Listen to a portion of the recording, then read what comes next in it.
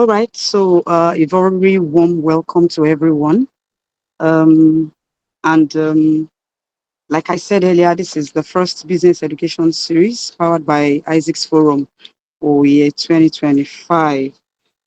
This evening, our topic is from vision to reality, effective goal setting. It's still the beginning of the year, and as usual, it's time that a lot of us have plans and goals for the year. So today, we'll be listening to a very seasoned speaker to guide us through how to uh, plan effectively and set goals that we are able to accomplish. So very briefly, I'll be reading his citation, a very, very impressive one. So is Dr. Joshua Ademuwagun. Is a seasoned organizational effectiveness strategist, is a profit growth expert, an HR practitioner, a change management and corporate culture expert.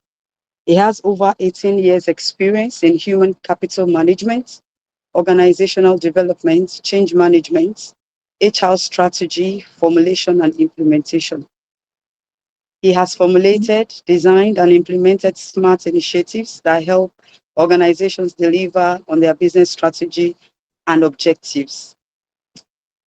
He holds numerous degrees and certifications, um, part of which are a Bachelor of Science in Geography, Social Sciences, University of Ibadan, Masters International Law and Diplomacy, University of Lagos, Masters of Arts and Transformational Leadership, RLA, Master of Divinity,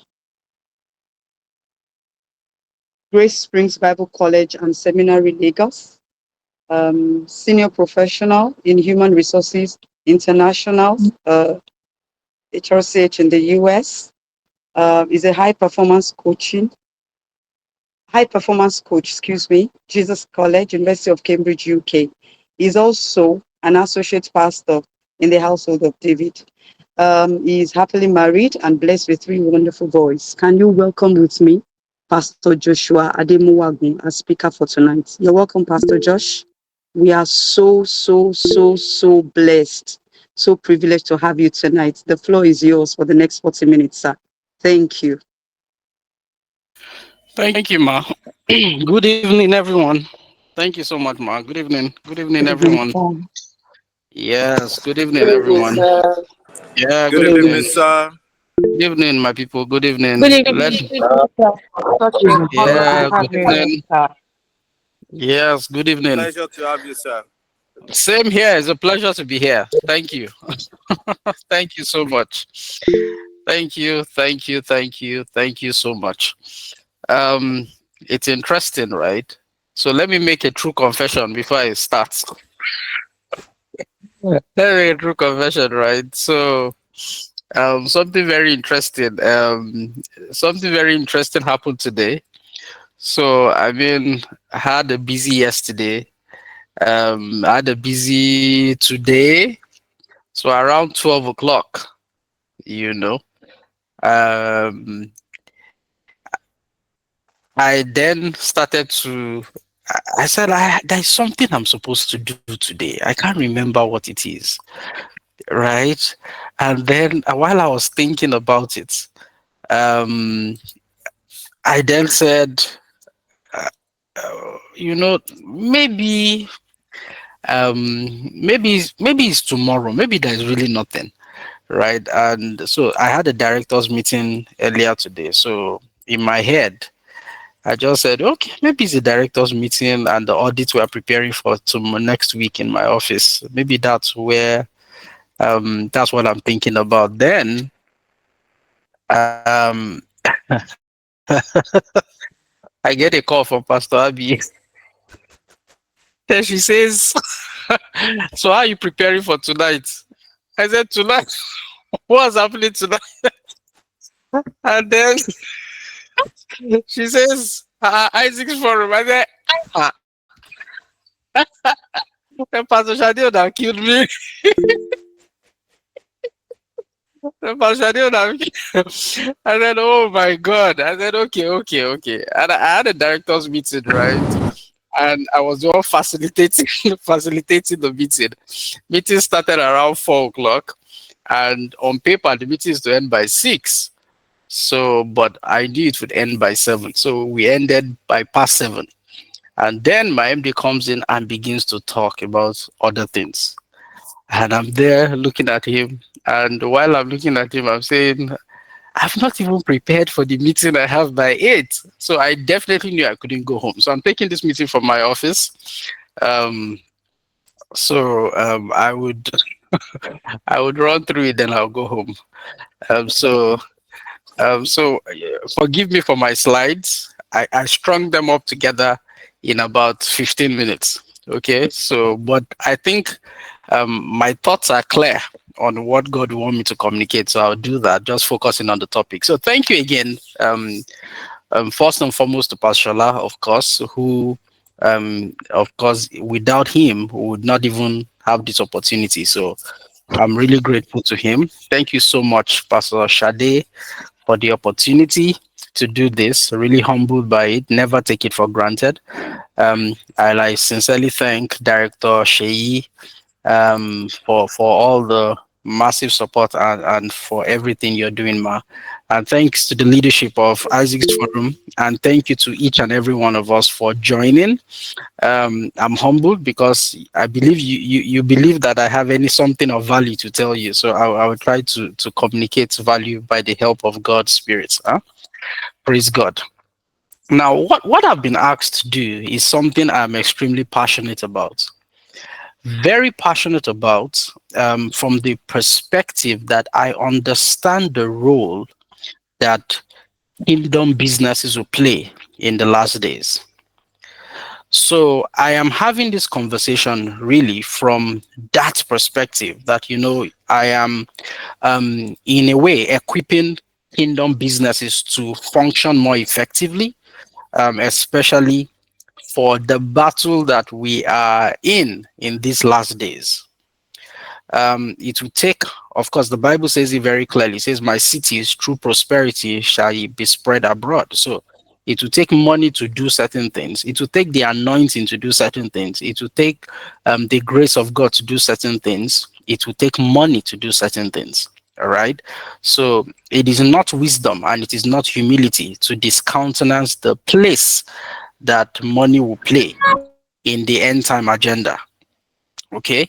And one of the ways to secure those finances and to create a pipeline, of what the Bible calls the wealth transfer, right, or wealth conversion, right, is are through businesses, right? But we cannot be mediocre in the way we approach the way we run our businesses and then expect God to to be to use us in that sense. I'm a believer, a strong believer of always giving God my best, right?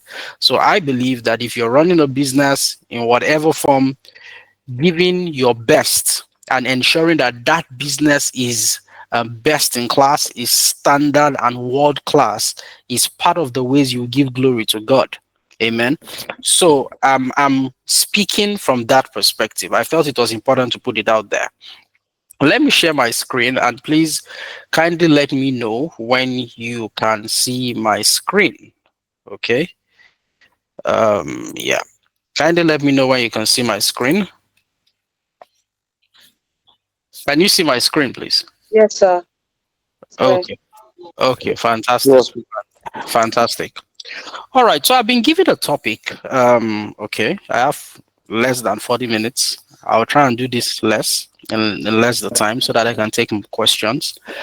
The topic to speak for around from vision to reality, right? Effective goal setting for business growth.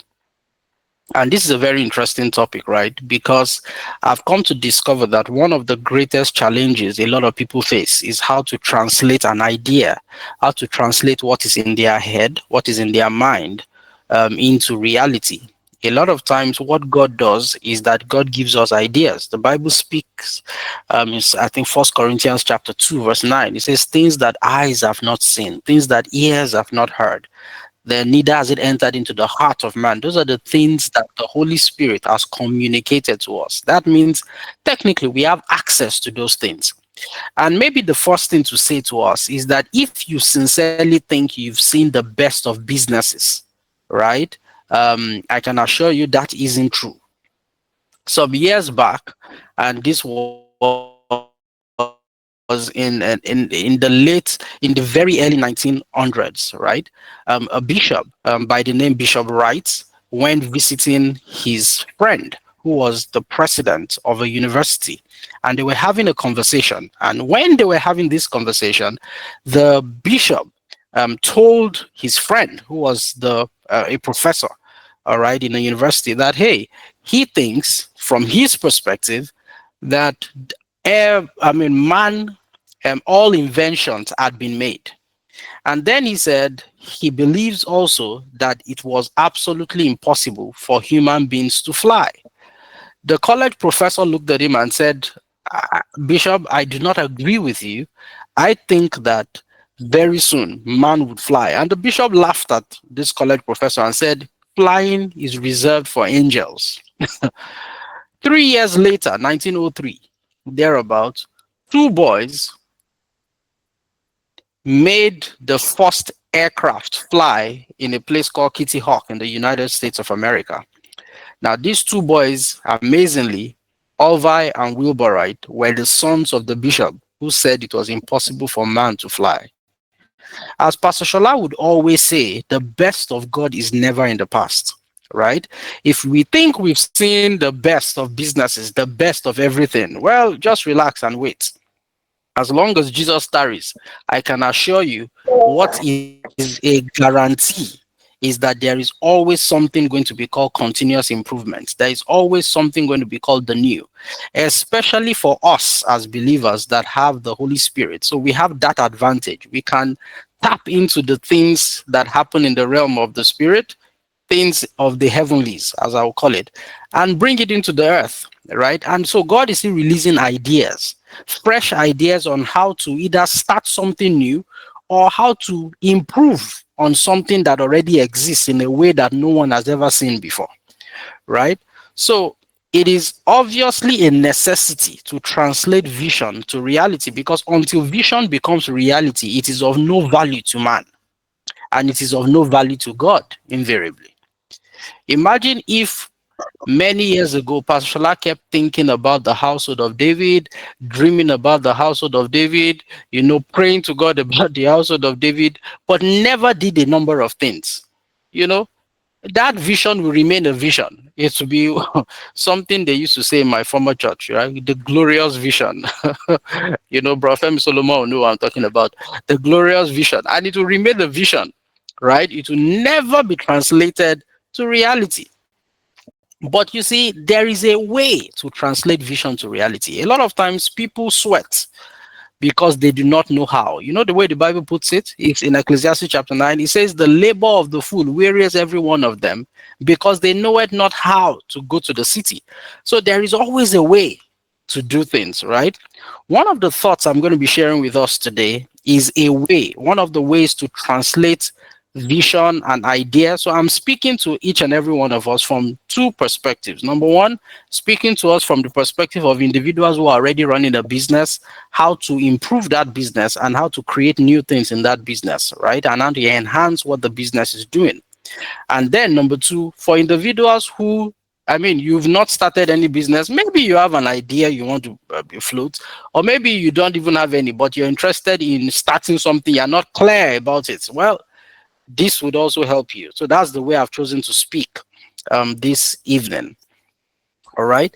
And then I'm told to zero in on effective goal setting for business growth. And I agree, because goal setting is a backbone, a very strong backbone to grow any business. Let me start with an introductory thought. It's a thought, a quote that I sincerely like, because I have seen the reality of this quote in my life. It says, "He that cannot see the ultimate becomes a slave to the immediate," said by Dr. Miles Monroe. Of course, some of us might know him. Wonderful pastor, leadership consultant, great, wonderful man of God who passed on in 2014. But his materials and the things he did and the things he said are still living and active till today, showing that really, really, really, the truth is that even if a man passes from this world to the next, the ideas of the man can live on. And one of the things Dr. Miles Monroe said was that he that cannot see the ultimate becomes a slave to the immediate.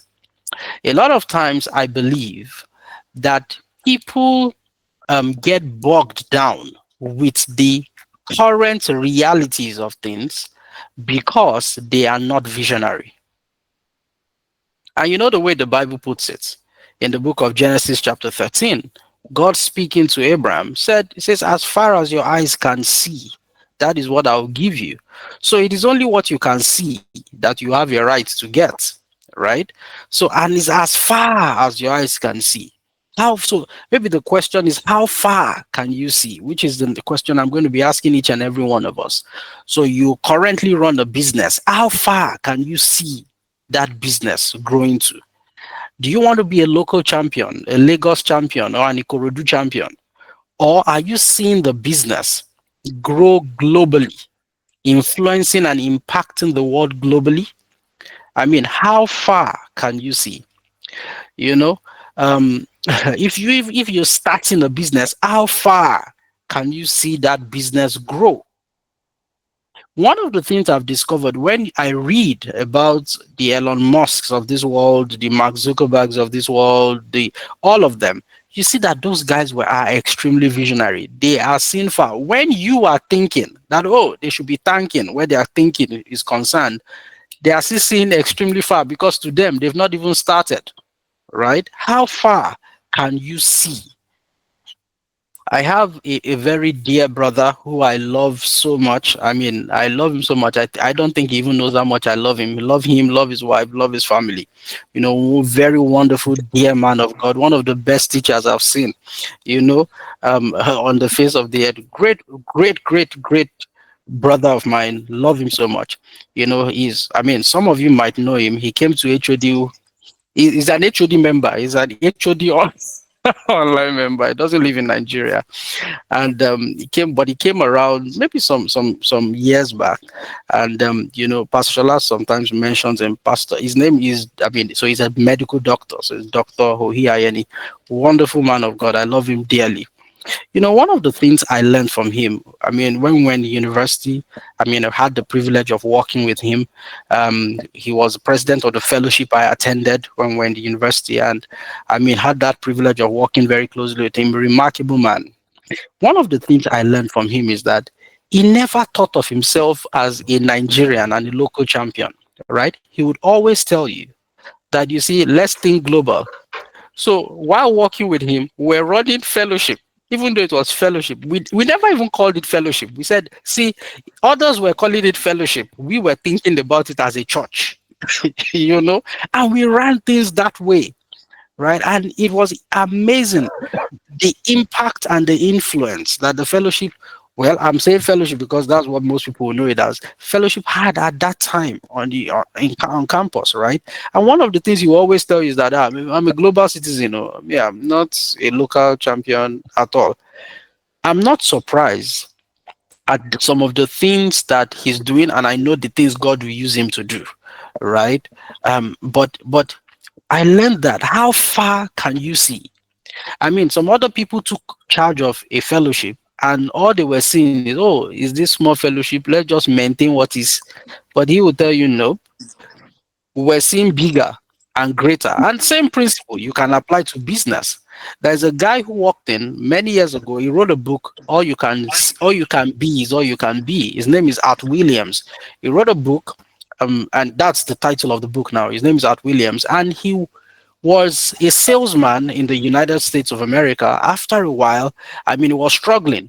But every time he would tell you that in his book now, he said every time he sold and they told him no, they told him they were not buying whatever he was selling, he would sit down and say, don't worry, I'll build one of the greatest companies in this country. I'm talking about United States. One day he walks into a church and the pastor begins to talk about church growth. Now, he was not a pastor, remember, he was just a salesman. And the pastor was talking about church growth. And the pastor mentioned 5 principles of church growth: one, two, three, four, five. At Williams, listed, wrote down these principles. And for the first time, the Spirit of God told him, because he was a believer, told him that, you can take these 5 principles and achieve this dream of yours. And he said, that's true. At Williams ended up building one of the largest insurance companies in the history of the United States of America, A.L. Williams. The truth is, how far you can see would determine how much of, can I put it this way, your inheritance you walk in. Pastor always says it this way. Sometimes, when we all get to heaven, some people will be crying, not necessarily because of anything else, but because when God shows them what they could have achieved, you know, versus what they achieved, they'll be saying, my God, I was so far away from the mark, right? How far can you see? Very important question. And now, based on how far you can see, then you can come into today and say, okay, let's start translating what I can see into reality. And to do that, I have a model I want to introduce you to this evening, rather. I call it the egg model. All right. I like speaking in terms of models because I think that way it makes whatever you're hearing more organized in your thoughts. Okay, so I call it the egg model, right? And it was a model God gave me 10 minutes ago, right? So I knew all of these things in a scattered way, but about 10, 15 minutes ago, okay, before I started, I said, okay, yeah, the egg model. And the egg model stands for 3 things. Number one, evaluation. The first E there is evaluation. The G rather, is for goal planning, right? And then the second G is grand action. So evaluation, goal planning, grand action. Evaluation, goal planning, grand action. I believe that with the egg model, you can translate and convert any vision, any idea into reality. And you'll see what I mean in a moment. Let's speak about the first E, which is evaluation. What is evaluation? Evaluation is the critical look at the past with a mindset of continuous improvement. I'll say that again. Is the critical look at the past with a mindset of continuous improvement. That means that you're looking at the past, but you're not only looking at the past, because some people can look at the past to regret. Some people look at the past to stay stuck in the past. That's what Jesus told one guy. He said, let the dead bury their dead. Right? So some people look at the past with the mindset of staying stuck in that past. Some people look at the past with the mindset of, regret. Some people look at the past with the mindset of celebration and satisfaction. And they've just stayed. Maybe they've achieved something in the past. So, for example, you're running a business. The business never did millions before. Then somehow, God was so gracious and merciful. You attended Isaac's prayer. Pastor prayed for you. You got a word, and somehow the mercy of God kicked into action.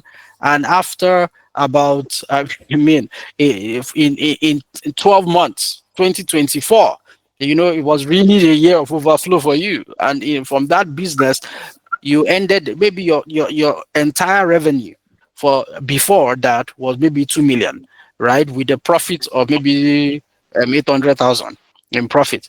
Now, in just 12 months, your business had moved and you made 30 million, and your profit was about 15 million because you were able to be more smart. You are smarter with your resources and all of that. And you're now in that space where I say, oh Lord, I thank you for this last, some people can look at the past and they are so grateful and thankful, and we should be. But rather than allowing whatever has happened in the past spur them to achieve more, they look at the past and they say, stuck. in that past of achievement. You know, so you can look at the past with different perspectives or with different mindsets. But you see, Excuse me, Pastor Josh. Are you sharing your screen, your yes. slides? Because they are not moving at all. Oh, what can you see? Just the opening slide. You're kidding me, man. I'm serious. Yes, Are you sir. serious? I am moving it to. I've moved the slide. I've moved it a number of times. Okay, let No, me. sir, it's not moved. Okay, let me Now it's stop. changed to evaluation. It's changed to evaluation. Okay, you know what? You can see it this way, right? Yes, we can, but it's not on Oh, slideshow though. I know. That's so. I think when I put it on slideshow, maybe let me do this. Is this good? Yeah, it's better. Thank you. Yes, sir. Okay. Okay. Then let me hide my ribbon. So is it better now? Yes, sir. Okay. Yes, So maybe better. maybe I should leave it like this if we cannot see it. I mean, so all right. So evaluation, like I said, is the critical look at the past. However, you're doing it with a mindset of continuous improvement. You're trying to improve things and make things better. Is that okay? Now, to properly understand evaluation, I think some of us should mute our mics. Can we mute our mics, please? To properly understand evaluation, right? You need to understand that vision is always a combination of three elements. The first element is hindsight. Of course, what is hindsight? Hindsight means looking at the past, right? And picking out lessons from the past. Then the second is insight. Insight is looking at the present and seeing how you can pick lessons from the past, marry it with what are the current realities, right? And then number three, foresight, looking at the future and seeing how you can leverage whatever has happened in the past, the present, to create and shape the future that you desire. These three elements are extremely important when talking about vision and when talking about evaluation. Because when you look at your business, right, if you are running a business at the moment, what you should be looking at is okay, so what are the things that have existed in the past in this business? How have I run this business? Okay. And then in terms of insight, what are the current realities? What are the current things? Where am I where this business is concerned? Okay. And then foresight. Okay, so where do I want this business to go? So I can say, where has this business been? Where is the business now? And where do I want the business to go? Right? So these three elements are extremely key. Now, a tool that I have found extremely important in analyzing your business, right, from the perspective of hindsight, insight, and foresight, right? A tool that I found extremely important is the SWOT analysis. Now, I always advise every business person, and amazingly, you can even do this for your life. But since we're talking business here, let me stick with business, right? I always advise every business person. I mean, you're starting a business, you currently are running a business, consistently do a SWOT analysis of your business at very important checkpoints before you go into the year, right? Or at the beginning of a year, or during the middle of the year, mid year, do a SWOT analysis. And what do we mean? The SWOT analysis is looking at the strengths, the weaknesses, the opportunities, and the threats of your business. You're looking at what are the strengths, what are the things that my business is good at, right? What is great about the way I have done business in the past? And what is great about the way I am doing business now? It's important to look at that. What is unique about my business? Right? What advantages do my business have? What is the reputation that my business has? So you're running a business, right? And then please can we Can we mute all our mute, mics if we please? thank you. Thank you, ma. Thank you. So you're looking at it from the perspective of saying, what are the things that are unique about my business? So you call it a unique selling point of my business. What are the things that are unique? What are the strengths of my business? A lot of people come and they say, "Oh, I want to start a pure water business, or I have a pure water business." Okay, great, fantastic. But what makes your own pure water business different from Seaway or from, any other pure water business that we have in the world? What is the uniqueness of your business? Those are what your strengths are, and it's important to list them. Right? For example, your competence can be a strength in your business or it can be a weakness. So, what are your strengths as an individual? Maybe you grew up and you've worked in places where they were producing soap. So you know how to produce soap. So you started the soap production business, right? That technical competence is a strength because it's not common to all. Is that okay? That's the first thing. The second thing then is, what are the weaknesses, my areas of improvement? What areas would I need to improve in my business? And it can be the speed to the market. What are those things that gives another competitor an advantage over the way you do business?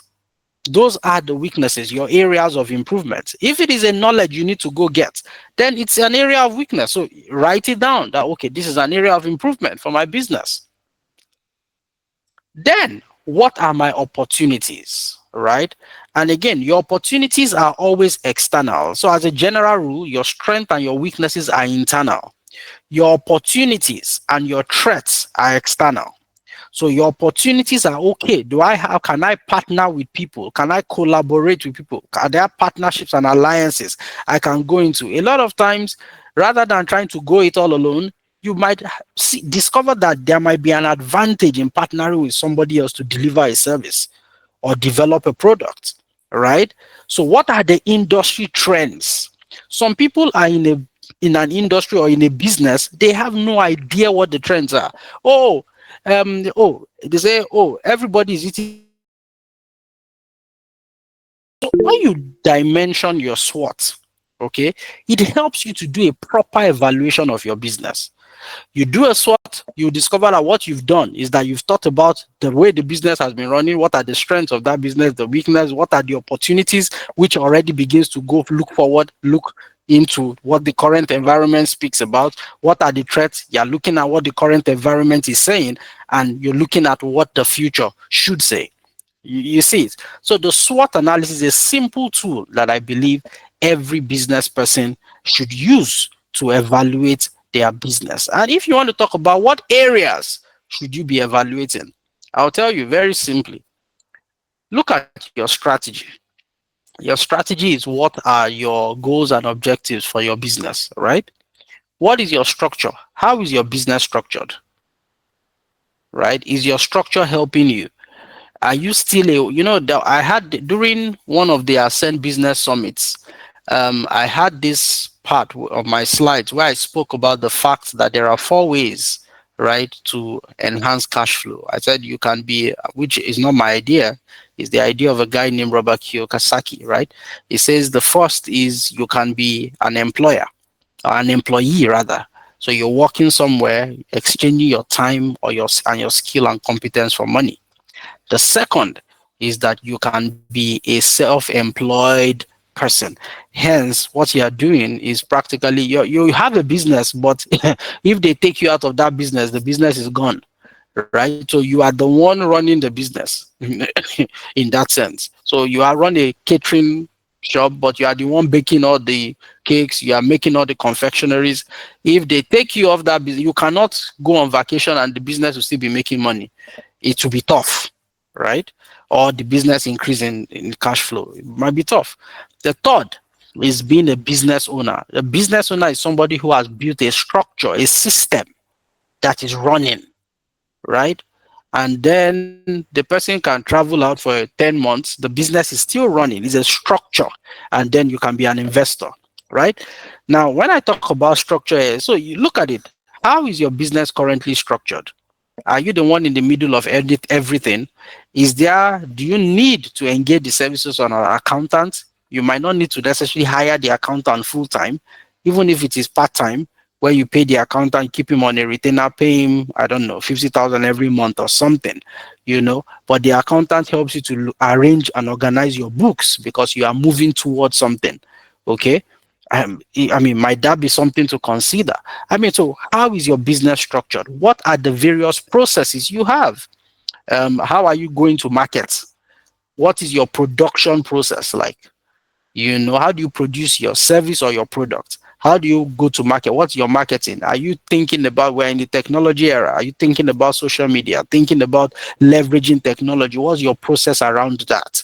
What's your financial process? Is it that when you sell everything, they pay it into your personal account? At the end of the month, you're now scrambling and trying to remember, who did I do business for? And then you spend your money. Somebody comes around and say, oh, daddy who needs money. You send your money to daddy. I say, we'll make another one. You've sent both the cost, you sent revenue, actually, both your cost and your profits. And you're wondering why your business is not doing well. So what are the processes you have in place? And then what kind of people are you engaging in your business to work with you? What are their values and what is the culture that you want to enhance? Do they know your business as the business where anything goes? There's one song that I do not agree with that some people sang a long time ago. They say, yo, yo, yo, anything goes. So what kind of culture do you want people to know your business for? Is it integrity, or is it just, well, we just do something, sha? They say, okay, make a table. By the time you are done, the table looks like a chair. I mean, do you want people to know you for excellence? That is a culture. And so anybody working with you, you demand excellence. You demand excellence. You know, Captain D, as Pastor Damola, did something remarkable. I can never forget. So, I mean, we needed some things printed in my office. So I told my office manager to reach out. Oh, I know Captain D does some printings when he has the spare time too. So I told him to do that. And so the lady reached out to him. He said, okay, fine, send me the design. They did all of that. You would not believe when he sent it to press, because I mean, I'm sure he didn't go himself. So when he sent it to press, the production came out very terribly. What Captain did, and he didn't see it, right? So whatever came out of press, they just sent it to us. By the time it got to the office manager, she saw it. She said, no, now the quality of this stuff is not very good. Now, I think there was some copies of those things. They sent it to Captain D. By the time it got to Captain D, when Captain D saw it, he called the office manager, even before she called, and said, please don't bother paying for it. That thing, I do not think it doesn't represent who I am. So don't bother paying for it. I will absorb the cost. I mean, when they were now they were telling me everything that had happened. I was so proud. I said, yes, that is excellence. What do people know? What do you want people to know your business for? And when we talk about metrics, we're talking about what are those goals, right? Which I will come into to talk about. So that's the first thing, evaluation. And for me, evaluation is where a lot of the work is. If you evaluate wrongly, there is a huge chance that you will set the wrong goals. And if you set the wrong goals, then when you are actioning, there will be issues. So after evaluating, the next thing to translate vision to reality is to now set goals. And I said this is goal planning. So it's not just goal setting, right? It is writing out goals, but also now planning with those goals and not leaving the goals as goals. So after evaluating the past performance of your business, you must then develop goals and plans to mitigate or enhance your business. And in setting goals, right? Um, of course, I'm sure we are conversant with this. You would always hear set SMART goals. What do we mean? Make sure your goals are specific, not vague. Some people, you ask them, so what's your goal, the goal of your business to take over Lagos? What does that mean? What does take over Lagos mean? I mean, you want to do carpet all over Lagos, or I don't know.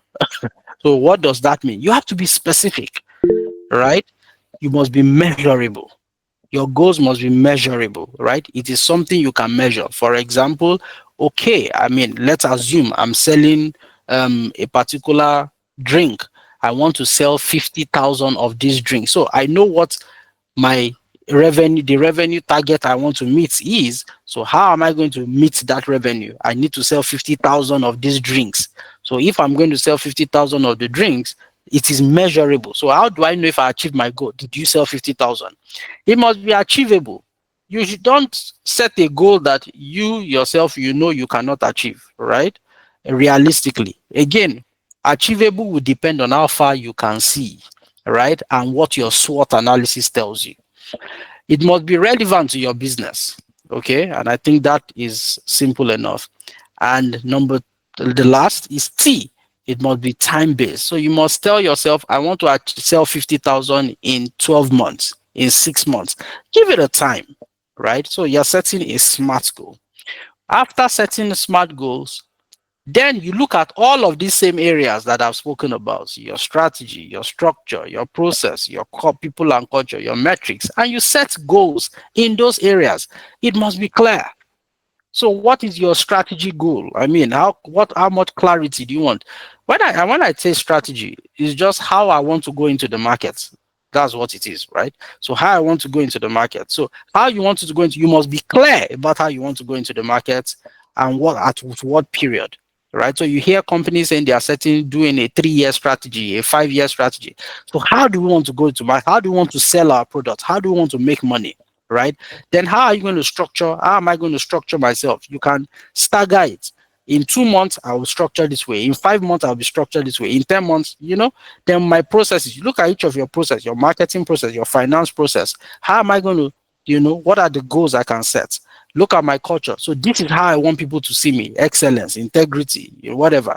When you set those goals, you stick by it and you make sure everything you're doing in business aligns with it. And then your metrics. What are your how would you measure performance?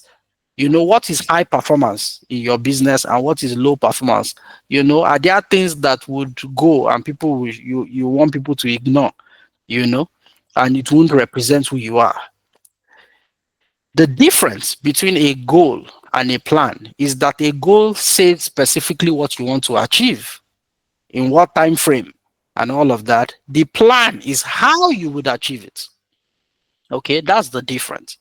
So it's important that you develop a goal and be clear around your plans. So you say you want to sell 50,000. Where are you going to sell 10,000 to? Where can you sell 2,000? Where can you sell 5,000 of your product? Where can you sell?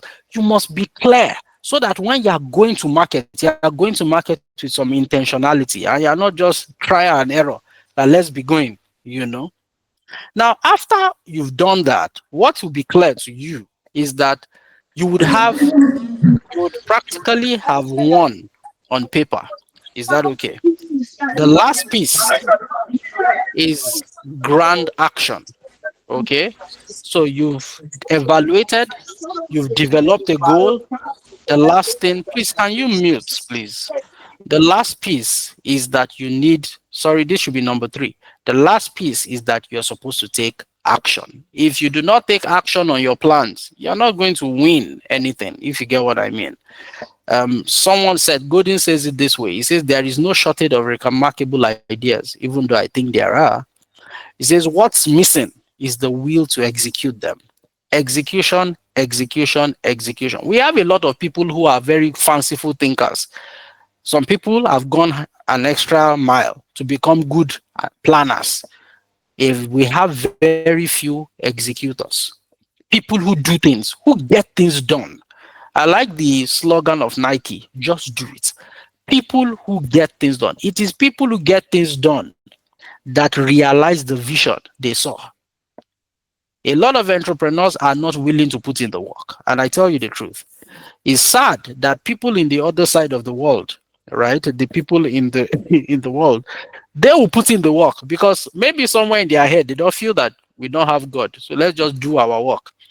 But then it's sad when you find believers who have all the advantage. You have the advantage in terms of the Holy Spirit. You have the advantage in prayer. You have the advantage of the grace called favor. You have advantages. Then, oh yeah, do now. They won't do anything. Remember the 4 lepers, right? Imagine if the 4 lepers in the book of, is it 2 Kings chapter 7, if they never moved, The Bible tells us categorically that God amplified their steps such that four lepers, Kuturu, they call them in the north, four lepers were moving and people heard it very loudly. The Syrians ran away. They thought it was guys with chariots and all of that coming. If they never moved, God would amplify nothing. Saints, when we go into business with a kingdom mindset, we do our homework, we evaluate with the help of the Holy Spirit, we plan with the help of the Holy Spirit. Saints, it will be time to act with the help of the Holy Spirit. And as you act, what God does is that God amplifies your step. So you might have planned that, oh, I'm going to say 10,000, I'll need to speak to 10,000 people. And God makes you speak to one person, but you must be moving. And then you will speak to that one person that buys 10,000 of your products. You see it? And brings you into strategic partnerships. So, but grand action is a necessity.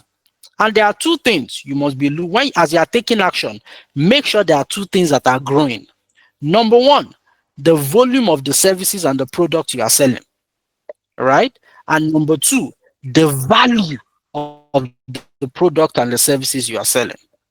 A lot of people only focus on volume. And because they are not now focused on value, what happens in time is that they are now doing much more than they can supervise and ensure the quality remains. Then the quality begins to get eroded. Then after a while, people start doing business with them. Then they are wondering what went wrong. You must play the numbers of volume and value. When I mean value, I'm talking about the quality of what you are selling. Benchmark your quality against the best of the best, understanding that customers have a right not to buy from you. We must always prove to clients and customers that we deserve their business. And nobody leaves what works. So let's keep our businesses working. There are three areas of value development. And I mean, so when I'm talking about value, three areas you must maintain quality. Number one, the product or the service that you are providing to the customer. Number two, you as a person, your management competence. And number three, your leadership competence. They are two different things. Because as your business grows, your management ability and your leadership ability must be increasing. So investing in a leadership development course is not a waste of time. Investing in a management course is not a waste of time. It's a very important investment. And I want to round up by focusing on you. So we've spoken about your business, but you are going to be running the business. You are running the business. You must improve and increase your competence. And you see, competence is increased and improved, right? Based on awareness and intentionality. You must move from unconscious incompetence to conscious incompetence to conscious competence to unconscious competence. Sounds very interesting, right? And I use a very simple example. At the time, you didn't know how to drive, and it wasn't a problem for you, right? You were in the space of unconscious incompetence. You didn't know how to drive, you were incompetent about driving, but you didn't even know you needed to know how to drive. So it was no big deal. After a while, you knew that, I should know how to drive. Oh. Yeah, but you didn't know how to drive. So that's conscious incompetence. Then you learned how to drive and you were now driving. But if you were like my mother of blessed memory, right? When you see a trailer coming, you park. So yes, you could drive, you could move the car from one place to the other, but you are very still conscious about what's happening around. But talk to the expert drivers, right? You drive without even thinking. You're driving, you're talking, you're driving, you're having a conversation with your friend, you're driving, you've moved into the realm of unconscious competence, right? Also do that with your leadership ability. Do that with your management ability, right? Know where you are. What do you know about leadership? What do you know about managing the business, running a business effectively? Don't just say, give excuses. No, no, no, no, no. When you are aware, then with intentionality, develop competence, get a course, read a book, get mentorship, do something about improving your competence, because the better the leader, the better the organization. Having said all of that, I want to say we can win and win big. But you know what? It all depends on you. How much of God did you let into your business? How much of evaluation? How much of goal planning? And how much of action would you take? to grow your business and move your business from one level to the other. Vision to reality can be a reality. And I know that by the help of God, God is interested in any vision that we have, any idea that we have, and because He knows at the end of the day to benefit His kingdom. So thank you very much, and I hope I made some sense. Thank you.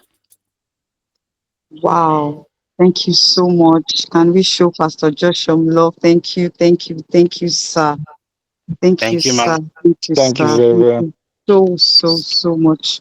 much. Thank you so much. I So took much. notes. Thank you very much, Sam. Thank Thank you, you, ma'am. sir. Thank you, Thank you Thank ma'am. so you. much. So just Thank you, ma'am. a quick Thank you, recap Pastor of Joshua. some Always. very Thank you. Thank you, sir. Ma'am. thank you. Thank you. Some very key statements that you made, which I personally noted.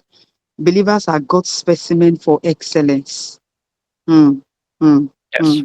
I like that. And winning big depends on us, right? Yes. Goal setting should cover both our businesses and us as the one who drives the business. Thank you, sir. God bless you. Real good. You're Thank welcome, you. ma'am. I want to believe we've all been blessed. So we still have some time, though not a lot for questions. So please, if you have questions, can you indicate so that we can go one after the other? Um, okay. All right. So I think Shegun Bolode will go first. Thank you, sir. Okay, we have about 4 people. Let's just take turns. Yes, sir, please. Quickly. Okay. Thank you so much, for this presentation. It has really been insightful. So I just want us to zoom in on one area where you talk about the lepers. Yes. So considering doing things from a Christian worldview perspective, should we Yes. always have this bias where actions first and trust that God is always there, or we should try to have some conviction first and then based on that convictions we move with actions, or is it Okay. mix? Okay. So, well, I would say that as believers, right, one advantage we have is the, let me call it the ability to operate in what I call the rightness of God, right? Which is righteousness, actually. The rightness of God. That means that you are not guessing. It's not guesswork. Okay, we tried this, it works, then it failed. You try another one, it worked and it failed. Or, oh, somebody just came to tell you that this is what's working now. You carry your money, you invest in it, and you're running. No, we must act from the place of divine intelligence, right? Supernatural intelligence. And divine intelligence necessitates that you hear God and you act. Trust me, it doesn't take God time to communicate to you. I think in church some months back, I spoke about how to hear God. I mean, maybe you can, if you hear that message, and I know Pastor has spoken a lot around that too. Because as you hear God, then you make sure you act. But a lot of times, what happens is that people hear God, they are not acting. So that is our own advantage. When to a non-believer they might try this thing, it fails, try this other one, it fails, they are guessing, right? We have the ability to shorten our learning curve by hearing God and acting and it's getting it, acting at once and getting it at the same time. So it's like you hit the bullseye. We have that ability, and that is the higher way to function, especially in this world. I mean, so that you are not spending 10 years, 15 years doing business and you're still struggling and doing, you can act with the rightness of God. And in 1 year, just like the Bible talks about Isaac, it says Isaac sowed in that land, and in the same year, he reaped 100-fold.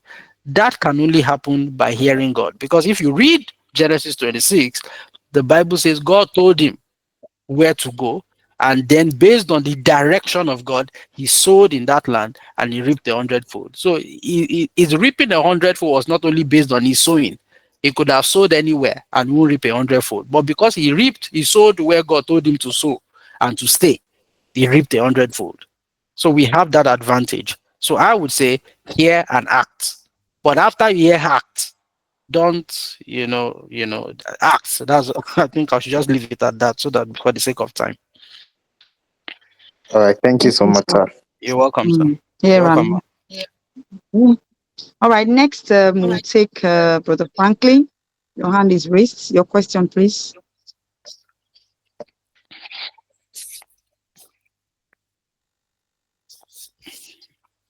Okay. All right. I'll move on to Dawn because of our time. Very quickly, please. Your question. All right, good evening, sir. Good evening, sir. Thank you so much for the wisdom you shared with us. Sir, this year I intended to be more transactional in relationship with people and being transformational because of I need to put some things in perspective financially. Yeah. So I engaged in shoemaking, and there is this first client that came for the year. That's the first client I'm having this year. And for the figures, she intended to pay a certain amount for two shoes. And that's the amount she intends to pay for two shoes is the money I would charge for one shoe.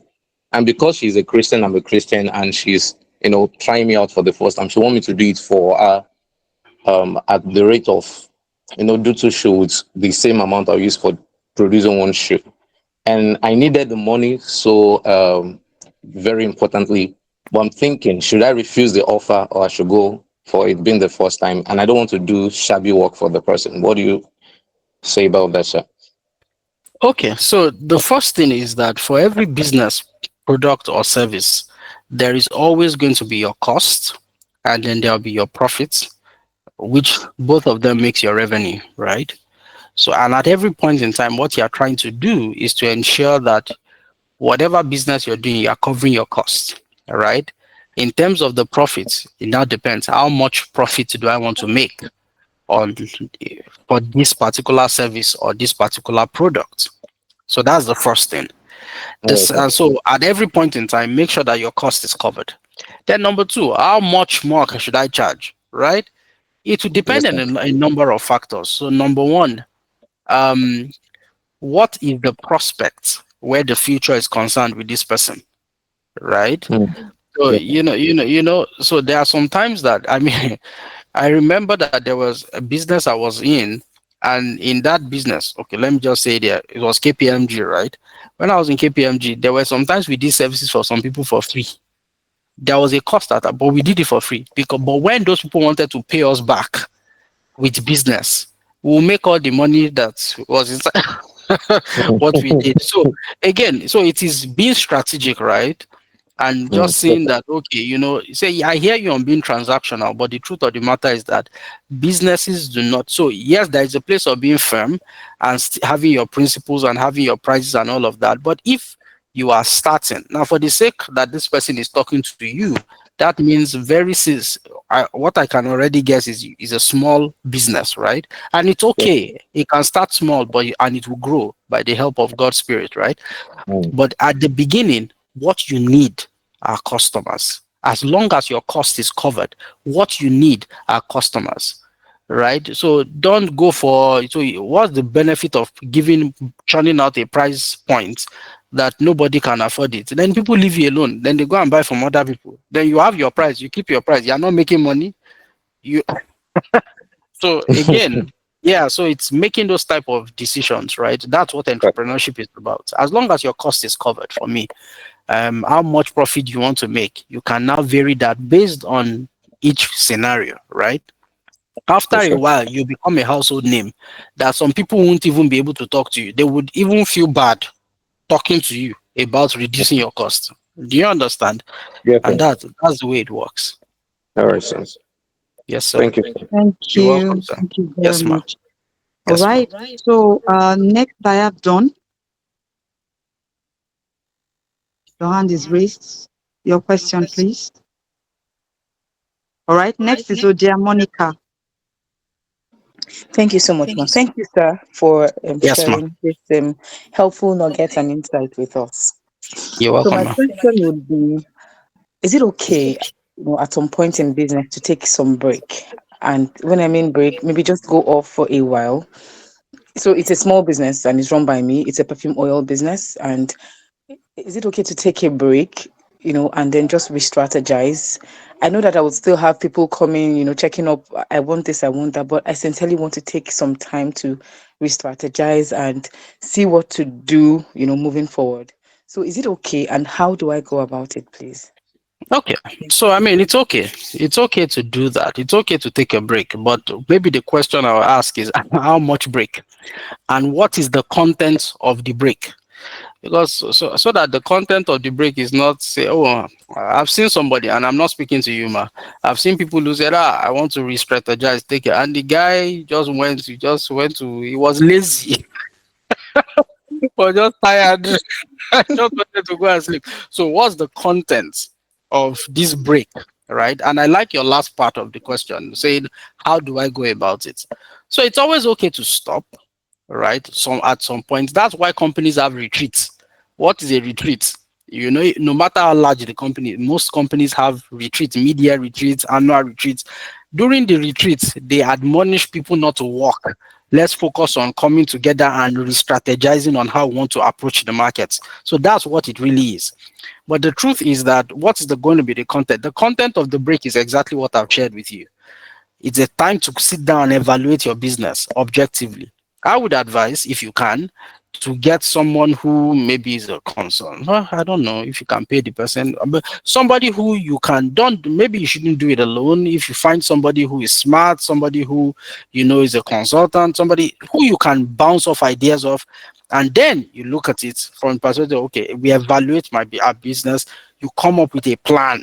You know, have clear goals so that when you relaunch, you are relaunching with a lot of clarity, right? And as believers, I would advise also that in this your break, in part of your evaluation, in part of your goal, please make sure you set us some time to pray about the business and just see God's face in hearing Him. Yeah, I can assure you, God is the greatest strategist, right? He will give you the strategy that is bigger than any strategy. Strategies that have never even existed in the perfume oil business. You'll be amazed at how God can just give you the idea, say, you know what, this is what you need to do, this is what you need to tweak, and you tweak it, and it becomes the game changer. So the main point is what will be the content of the break. So it's okay to go on the break. What will be the content of the break, and how long will this break be? Honestly, in 1 week, you can do everything you want to do and relaunch, if you get what I mean. So I mean, except if you have where you are making money from that, so you don't need, it's okay. So Thank you, guys. Thank you so much, sir. Thank you. you're welcome, ma. Yes. Thank you. Thank Yes, you. ma. All right. Yes, ma. So, Esther Adedeji, you're up next. Good evening, Pastor Joshua. Ma. Thank you so much for making time out for us. Welcome, A ma. quick question.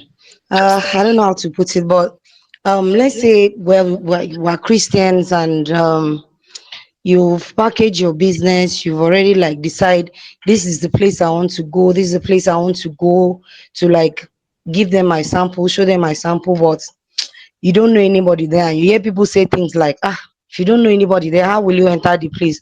But I just have this belief that, see, I don't need to know anybody. I just need to package myself, look okay, because sometimes the way we look, they will turn you away from the gates. Mm. Security would, turn you away. So I'm asking, is it being too spiritual when I just have this belief that, see, I believe in God's favor. When I get there, I'm going to meet the right person, I'm going to have favor. Does that make you too spiritual? You hear people say things like, is everything you're just Mm. so, but it's a personal belief that I don't need to know anybody in that company to Mm. just walk in there and say, hello, my name is Esther. I Yeah. have this product and I want to show to you guys. So, Yes. what do you think about that? Okay, ma. I mean, good question. So I would always say that there are two things. There are what I would call general principles, and there are exceptions.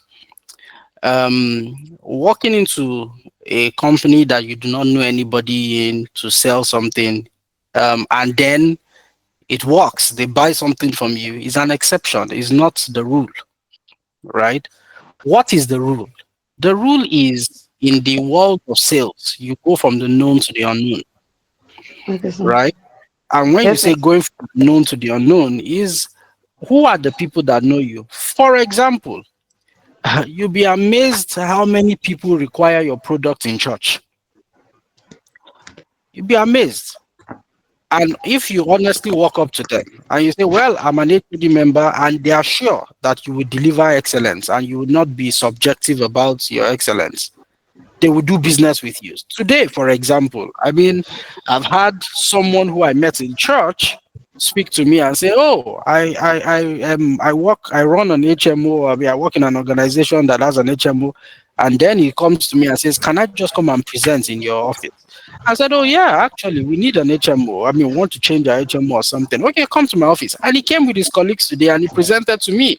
If you walked into my office without, and I heard that he's been sending proposals to my office, then he now got to know I work in that office, and actually I'm the one he's supposed to talk to. But he was seeing me in church every day, and Mhm. we're greeting. My point is, the rule is to go from the known to the unknown, right? And I Yes, would sir. always advise that strategy.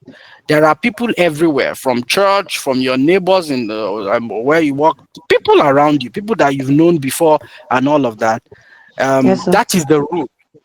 But you see, can you walk into a business or a company you do not know anybody? Absolutely, yes, you can, and it works. But a lot of times it would not work. They will tell you they've heard, because a lot of times businesses are transacted on the currency of relationship, Yes, sir. you know. So there is a higher chance that from church or something you meet people who will do your business and pay you for it than just walking into a company and giving them a proposal and having a conversation. It might I work understand. sometimes, it might not work. So let's work with the rule, ma. Yeah. Yes, sir. Except Thank God you, sir. leads you. Yeah. Yes. Thank you, sir. You're welcome, ma. Thank you. Thank you, sir. You're Businesses are welcome, ma. transacted on the platform of relationship. Good. Yes, ma. All right. Ha, the list is increasing. Help me. It's Okay. okay. Henry I mean, Brand, I you're up can take next. all the questions, ma, as long as you want me to. It's All fine. right, sir. Thank you Yes. so much for that. Henry Brands, please. You're up. Okay, good evening. Thank Good you, Pastor evening. Joshua. Ma. Yes, sir. So recently I laid off a staff that Yes. was being disrespectful and always coming to work late, and I had a lot of issues with her.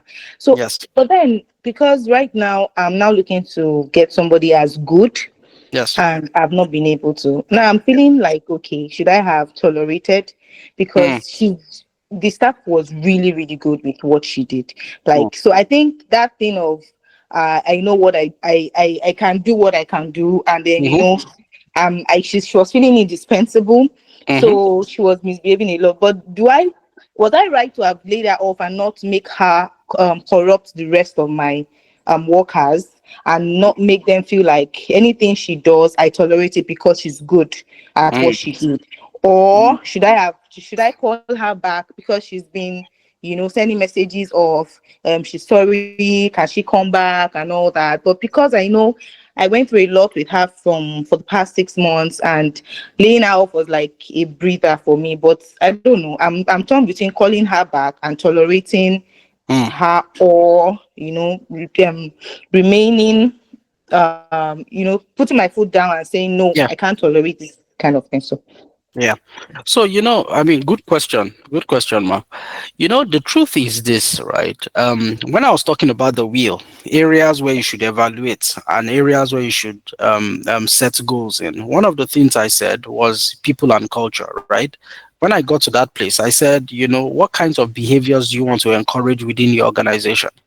Because the kinds of behaviors you want to encourage would define what the values of the organization is, and you must be unapologetically unapologetically harsh on behaviors you do not want to encourage within the organization. Otherwise, you'll be sending the wrong message. Today, you are 4-5. Today, you are trying to hire this one person, replace this lady. You are going through. Very soon, Henry Brands will become a global brand.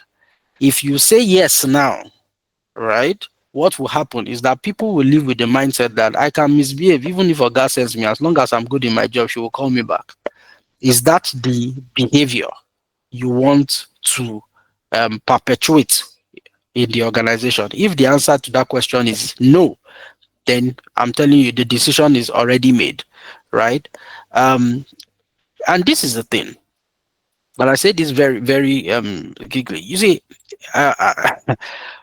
competence and character are two very important things you must always look out for in any employee.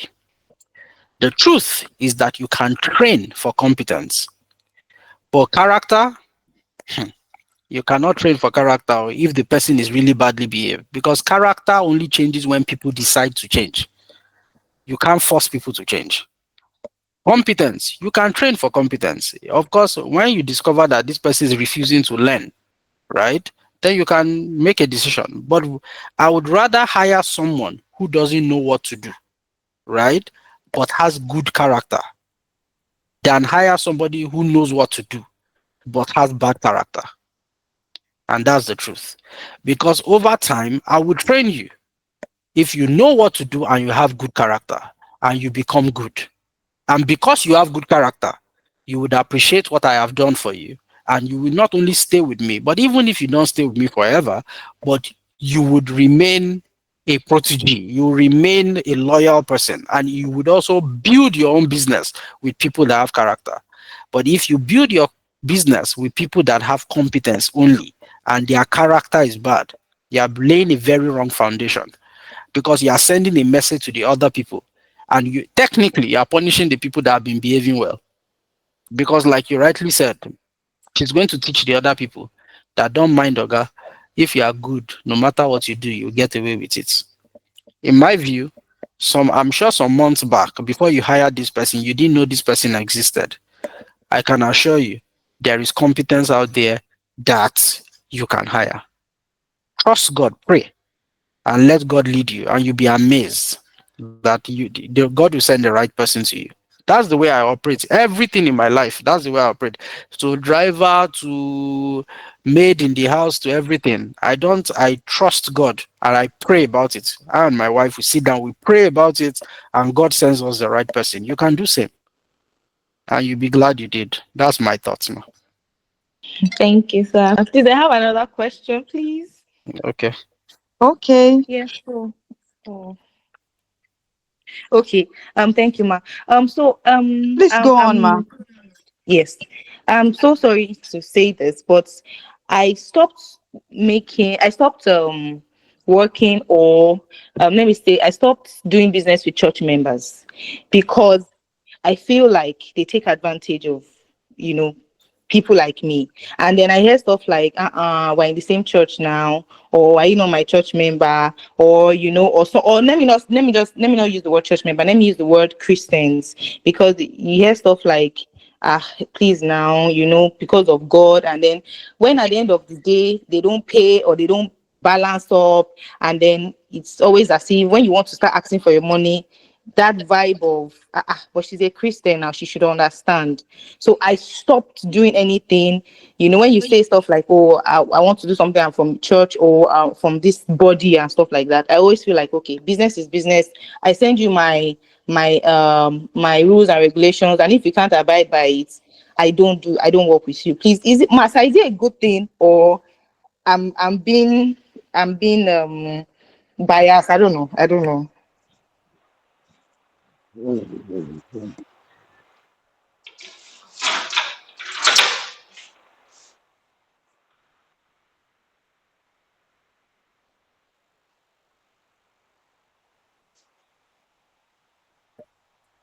Hello.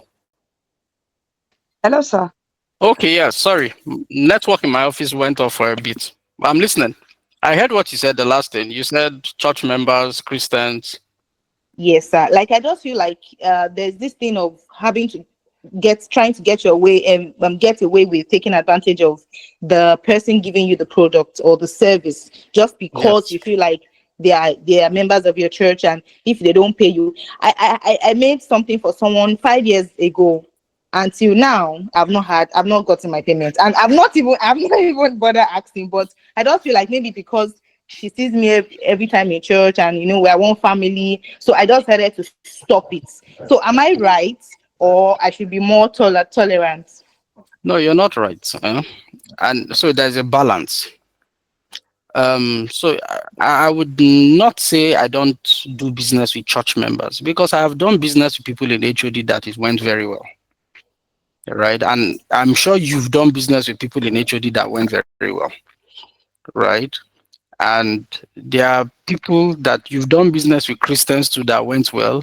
You've done business with Christians that didn't go well. So it is not the person's faith or the person's church, but it is the person, which I think is important to separate, right? It's the person, right? A badly behaved person would be a badly behaved person even if they are Muslim or they are Christian or they are HOD members, and that's the truth.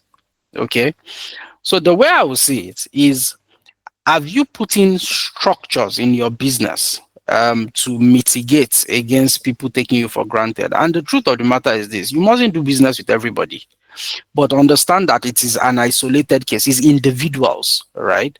So if somebody approaches you and says, "Oh, I want you to do business, make my clothes for me," and I'm using your story now, and you say, "Okay, fine, this is how much the clothes is," and the person say, HOD and all of that, say, well, the truth of the matter, like I have explained, there is the cost and there is the profit. You calculated it. This thing won't make sense for me. I don't think you should go into the business, even if the person has HOD sticker on their forehead. You don't go into the business. There's no say, okay, I'm sorry, maybe you can try somebody else. I'm not the only one who makes clothes in the household of Liv, so try somebody else, right? And you walk away. So you must be able to say no. That's my point. As a business person, you must know when to say no, and you must be able to say no. And when you are saying yes, understand that you are saying yes with all the risks that comes with it. Okay. So, and I think so. Have you structured your business in such a way that you can tell people no, and you won't feel any bad. You won't feel bad about it because it's just what it is. You know what your cost is. You know at what price point it will not make sense to you anymore. And you won't say because it's from your business. You do the other things you do, feed your family, Abi, and support your husband, and you do all of that. So it will be unfair for the person the person is taking advantage and playing an emotional card when the person say, we are not. Say, well, I'm sorry. You saw that we won't fight. That's why you. I'm not going to do it. So maybe you should talk to somebody else. So I would say you should say no, but I don't think it's about church, because you'll be amazed. Sometimes the greatest blessings to you are also people that are in church, that are around you, if you get what I mean. So you'll be amazed. So that's the way I'll respond to that. Thank you, sir. All right. You're Thank welcome. you, sir. So I think we'll take two more questions. Okay. Yeah. So Austin, please, your question, and then we'll take Damola Ogunleye, and that will be it for this evening. Okay. Thank you. Good evening, sir. Good evening, sir. Yes, sir. Sir, my question is in the area of partnership. There was a Mhm. place you mentioned about partnership. Yes. Yeah. So in the area of partnership concerning regarding business, there are some business that require a lot of money, and then most of the times we have been taught about faith. The just shall live by faith. If any man draws back, my soul shall have no pleasure in him. Mhm. Now, looking at the way things are going around, maybe I have a capital, for example. We're looking at this capital, the capital cannot be able to evaluate the bit as in the business circle. So now, how can I come up, or how do I put it, to approach someone for a partnership? Mm. That's the question, sir. Okay, that's a good question, sir. And how are you doing, sir? I'm So, fine, thank yes, sir. So I would say this partnership is a tricky thing, very tricky thing. I would always tell people that, well, if you're going into partnership, make sure number one, you pray, especially if you're a believer, make sure you pray properly. Number two, you have the same values with whoever you want to go into partnership with, right? And you're sure not perceived value, true value. And then number three, make sure that both of you are bringing things to the table, not by faith, but you are bringing things to the table in reality. Even though faith is reality, though, but you are bringing things to the table. You know, real, true. So, for example, I would always tell people that where partnerships make sense when both of you discover areas of limitations, and then you come together to build strength. All right. And a lot Yes, of just make sure that it is not that. And if you are the one bringing in more strength, if you get what I mean, you are the one bringing in more, make sure that in the partnership agreement, because with partnership, please, you must have an agreement, you must have lawyers involved. Don't do it as we came together by the side, we just spoke, we are good friends, we'll continue. Even if you are best of friends, have an agreement drafted, have it documented. I've gotten my hands burnt in partnership before, right? So have it documented, have it written, and signed by both parties. That this is what me I will do. This is my own responsibility. This is your own responsibility. This is how much I'm bringing. This is how much you will bring, right? And then this is how we would share profits at the end of the day. This are all of those things must be clearly stated in your agreement. All okay, sir. right. I know a pastor in church, fantastic. Barrister Okiki. Some of you might know him. He's my lawyer, a wonderful man. And he will tell you, it must be clearly stated, no ambiguity or anything. And both of you then sign. And then you start to execute. The day you discover that this person is breaching, right, is breaching the agreement, then you can pull out of the partnership without any emotions attached. And it's important. So if you have some money and you're looking for, oh, who else would add this money with me for us to do this big thing, right? You must make sure that both of you are in alignment in terms of what you people see about this business in the first place. Otherwise, um, it can be a disaster if you get what I mean. That's what I would say. Okay, sir. Thank you, sir. Welcome, sir. Okay, thank you. Yes. Thank you, sir. Next is Mr. Damola Ogunleye. Hello, sir. Good evening. Mm-hmm. Thank you so much for what you've discussed about so far. So basically, I want to ask a question related to some of the things you mentioned today. Yeah. So I offer a service. Is a luxury service, and it's a skill-based service. In the sense that there's no the cost, because I know someone asked about like how do you cost and everything, and say of course there'll be your cost of your things and your profits, but because of it kind of works where my cost is more or less skill based and it's built over time, and especially it's a very luxury that there are less than like 50 people that I know that do it in Nigeria. And Okay.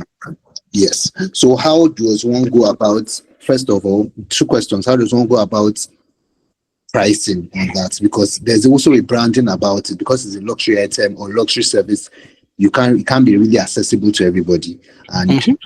at the same time, I'm not really pressed for cash. It's not like of course eventually I try to grow on it, but I still have other things I do that Mm-hmm. is enough for that. That's the first Yes. question. So how does one go about pricing where you are not just um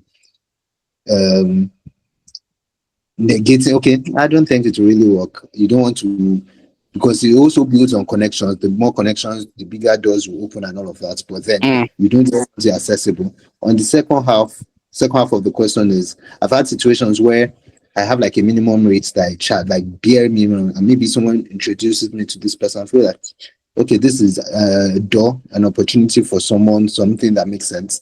But then when the person recommends me to the next person, it's still the same rate they gave me, and I don't really charge at that amount. Sometimes the person even believes, I think Nigerians, which Nigerians have the sense that, oh, if you got it for this amount, I can get it cheaper. And I'm like, it doesn't work. I don't even, what we're discussing about, I'm just giving this rate because of the person that introduced to me to you gave you this. Normally, this is like, last 2 years, I haven't charged like this.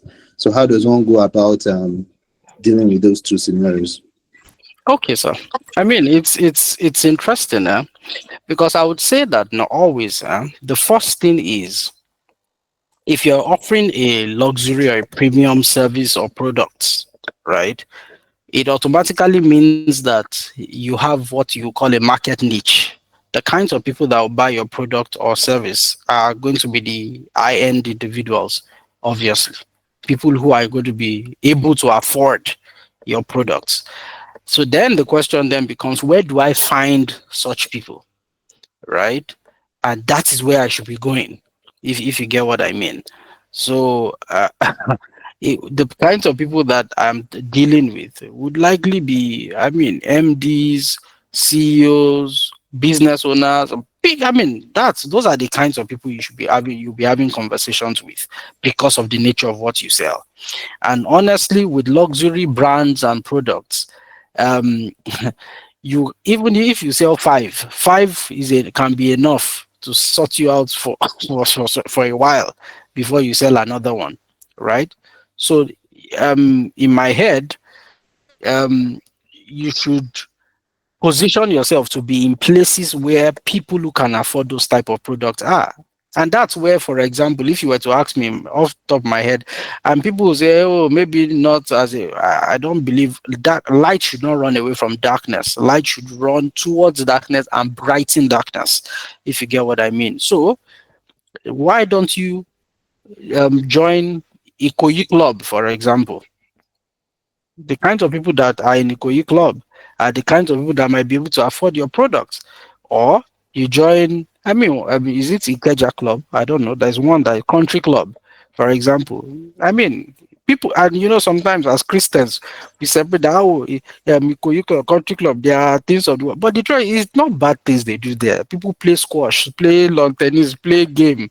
And yes, there are people that sit down and drink. While they are drinking, you can sit down and carry your you carry your own good drink and drink, and all of that. And people, as you socialize with those people, then you are meeting people that can afford your products, right? Because if you look at it, most banks, most organizations today, they are directors and people like that. They make sure they subscribe to those clubs. Why? Because that is where they will find the kinds of people that can give them business. Really. So that's what I would say for the first one. To answer the second question, sir, the truth is, I think what I would advise you to do is to have a price list, which you review from time to time, and have your price list. And your price list is your price list. When people come to you individually and you decide that, okay, you know what, I want to give you X number of discounts, you can give them X number of discount, but let them know that I am giving you X number of discount, but this is how much it costs. And I'm not supposed to even do it less, but I'm giving you X number of discount. If another person comes and says, you gave it to this person at this price. Say, yes, I gave this person X number of discounts. However, I mean, see, this is the current situation now. You've done a SWOT analysis of your business. I cannot go lower than that. If the person says they are not buying, it's fine. The person walks away. But I can assure you, if what you are selling is fantastic and good, the person will come back. That's the way it works. All right, so thank you so much. You're welcome, Mm. sir.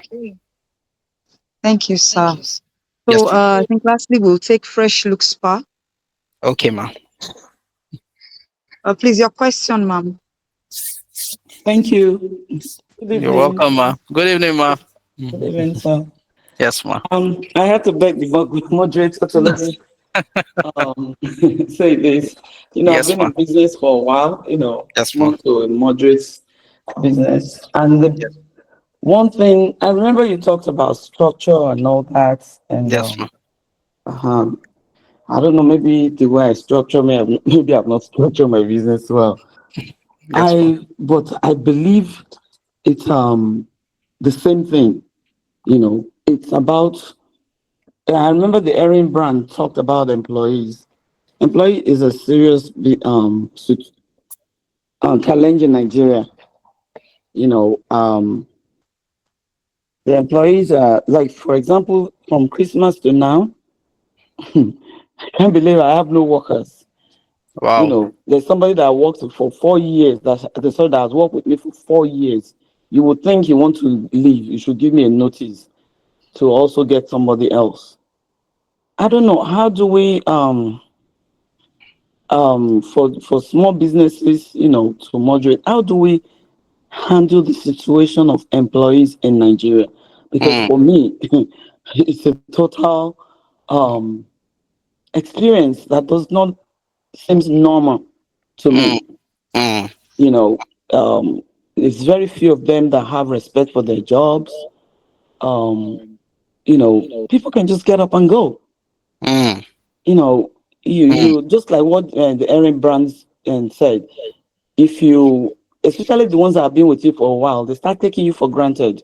When you try to correct them or you say something, you become their enemy number one.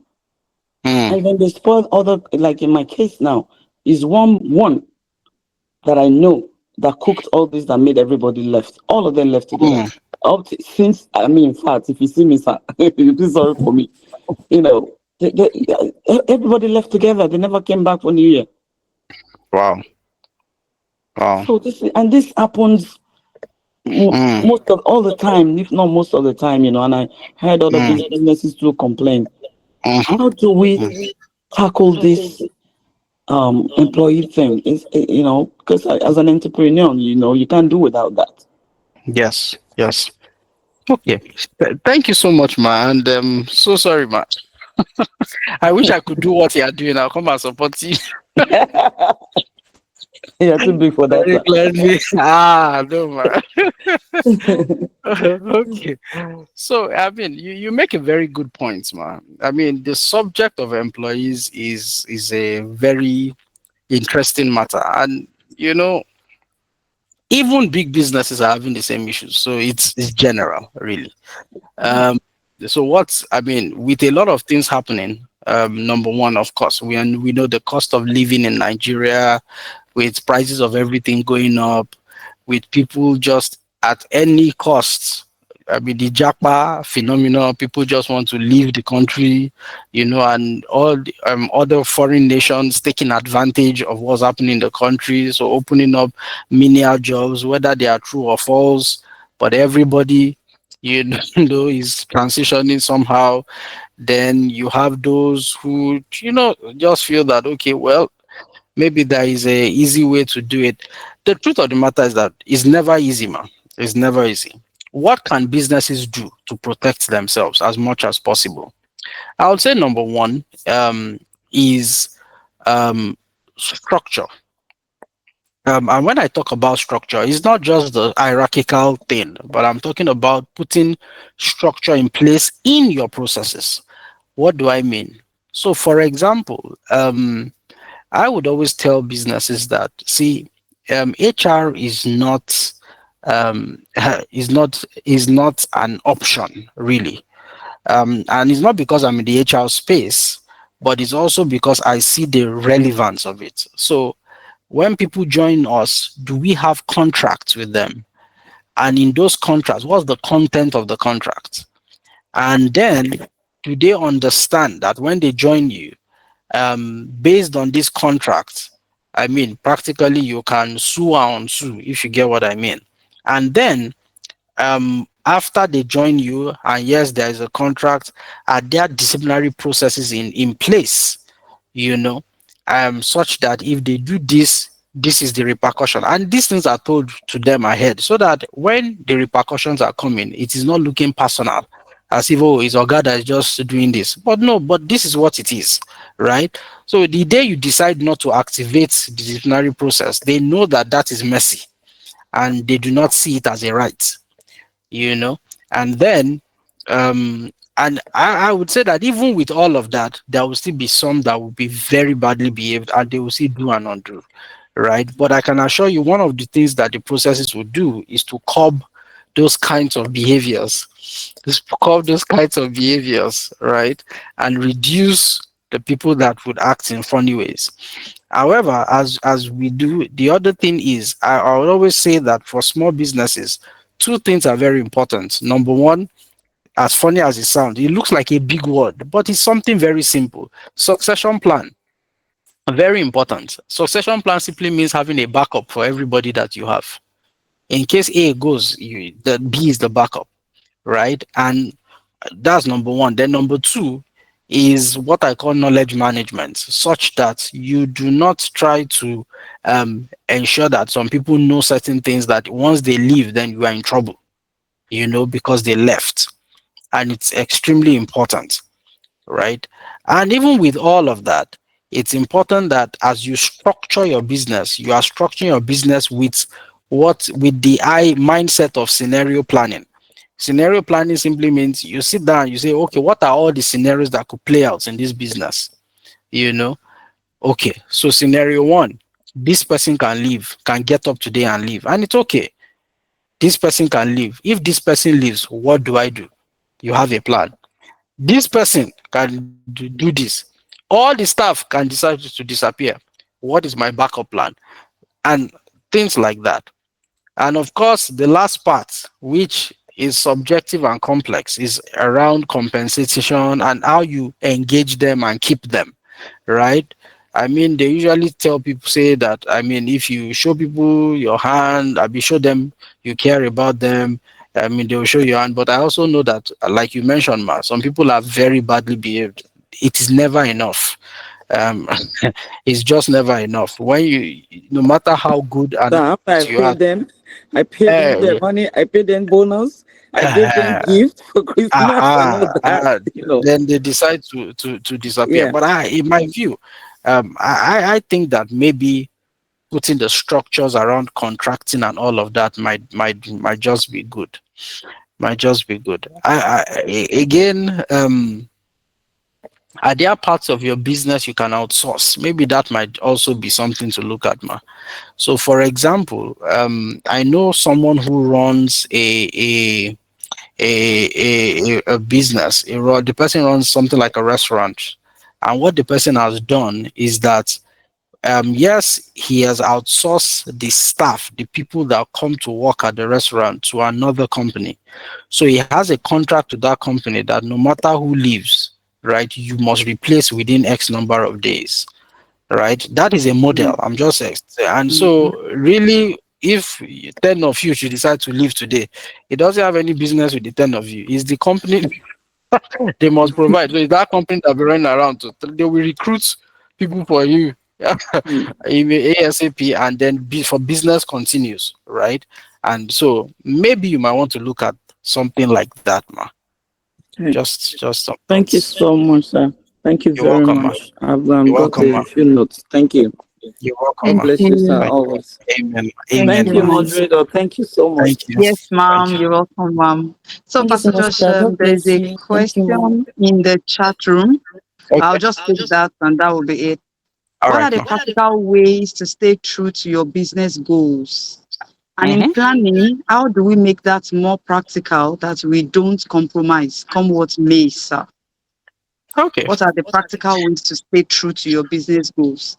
And in Values. planning, how do we make that more practical that we don't compromise, come what may? The answer to both questions is values, your core values.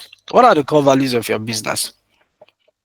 Because, so for example, if you say that, I mean, in this business, and I'm not, so I say, for example, in this business, we're authentic, right? In coming up with your goals and ensuring you trade true to those goals, be authentic. Don't deceive yourself. You know, what I find is that sometimes what I find is that sometimes people make goals, and again, so let me use financial goals because they are a lot easier to grasp. So people say, oh, that I'm going to I'm going to make 100 million naira this year, and that is what they say. And then as they start the year and they start going through the year, by the sixth month they discover that this 100 million naira might be difficult to make. Oh. Now, what they would rather do, rather than saying, okay, you know what? I sit down again and I ask myself, okay, so it's 6 more months remaining. How do I make 100 million naira? Realistically, can I really even make it? What are the dependencies I have? What are the things stopping me? What are the things I can leverage? What we instead of them doing that, say, well, let's just be going, Joe. Let's be going. And then you get to the end of the year, you land at 20 million naira. So we thank God. God has been good in everything. Give thanks. I agree with you that in everything give thanks. But Sorry, you didn't hit 100 million naira. If you so what you should do is to sit down and realistically ask yourself, evaluation, why didn't I hit 100 million? I say the truth. If you were part of the problem, which a lot of times you are, write it and what part did you contribute? Oh, maybe I didn't have enough knowledge. Oh, maybe I overrated my ability to go to the market. Oh, maybe my strategy, maybe I was just lazy. Oh, maybe I needed to meet more customers. I didn't go out to meet. Maybe I was distracted in the course of the year. Be clear, do a SWOT analysis and be sincere with yourself. From the place of sincerity, then you can help yourself and to know whether maybe 100 million naira was a very tall order in truth. So maybe we should reduce it to 30 million or 20, 40 million. And it's not a bad thing. You will get to 100 million one day. So, I mean, it's being sincere. So, your values will help you set your goals properly. Your values will help you stay true to your goals, right?